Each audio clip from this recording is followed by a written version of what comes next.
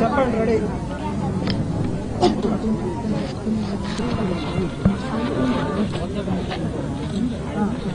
Okay చెప్పండి. ఈ గుంటూరు నగరంలో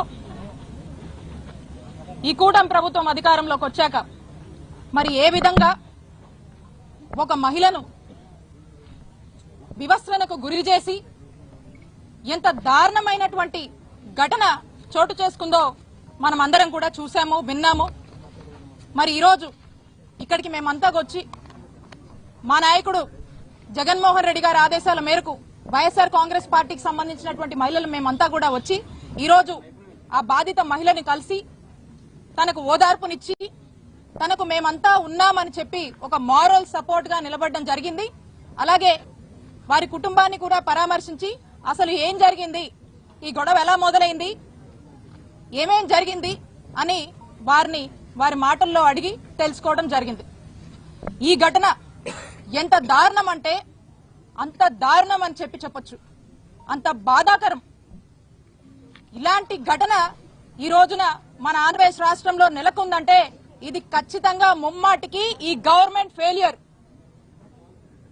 పోలీసులంటే భయం లేక అధికార మదంతో మితిమీరిపోయి ఎక్కడ ఇంత కూడా కొంచెం కూడా ఇది తప్పు అని ఆదం మర్చిపోయి మరి టీడీపీ నాయకులు ఏ విధంగా కూడా ఈ మహిళ మీద వారి యొక్క కుటుంబం పట్ల వ్యవహరించారో మనం అందరం కూడా చూస్తున్నాము. ఈ ఇన్సిడెంట్ చాలు బీహార్ ని మించి ఈరోజు ఆంధ్రప్రదేశ్ రాష్ట్రంలో ఏ విధంగా ఈ ప్రభుత్వం వచ్చాక మరి టీడీపీ వాళ్ళు గూండాల్లాగా రౌడీల్లాగా చెలరేగుతున్నారో ఇదే ఇన్సిడెంట్ అందరికీ కూడా ఒక నిదర్శనం అని చెప్తా ఉన్నాను. ఈ ఇన్సిడెంట్ వాస్తవాల్లోకి వెళ్తే మనం ఎవరైతే ఈ మహిళ ఉందో వారి యొక్క కుటుంబం వాళ్ళ ఇంటి ముందు బోరు రిపేర్ చేసుకుంటూ ఉంటే ఆ వార్డు సెక్రటరీ అయినటువంటి టీడీపీ నాయకుడు వచ్చి మీరు మీ ఇంటి ముందు బోర్ రిపేర్ చేస్తున్నారు అని చెప్పి మాకు మామూలు ఇవ్వాలి, 10,000 మాకు మామూలు ఇచ్చే మీ ఇంటి ముందు మీ బోర్ రిపేర్ చేసుకున్నాను డిమాండ్ చేశాడు. మా ఇంటి ముందు మేము మా బోరు రిపేర్ చేసుకుంటే నువ్వెవరయ్యా, నీకెందుకు ఇయ్యాలయ్యా అని చెప్పి అడిగినందుకు ఇంత దారుణమైనటువంటి పరిస్థితి రోజు నెలకొంది.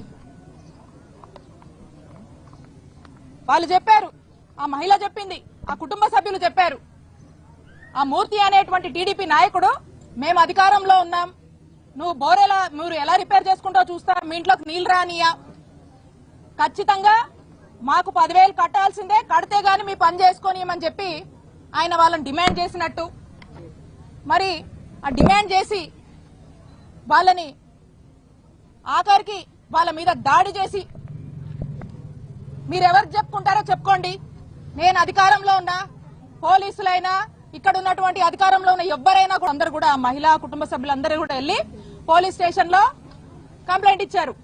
కంప్లైంట్ ఇస్తే పోలీసులు చాలా లైట్ తీసుకొని అది కూడా టీడీపీ వార్డు సెక్రటరీ అండి అని వీళ్ళు చెప్పడంతో ఇది అధికార పార్టీ కదా కాబట్టి మనం పెద్ద జోక్యం చేసుకోవద్దు అనుకున్నారో ఏంటో గానీ టీడీపీ అనగానే ఇక పోలీసులు ఈ విక్టిమ్ యొక్క కంప్లైంట్ ని పక్కన పెట్టేశారు. కంప్లైంట్ ఇచ్చి మళ్ళా ఇంటికి తిరిగి వచ్చారు.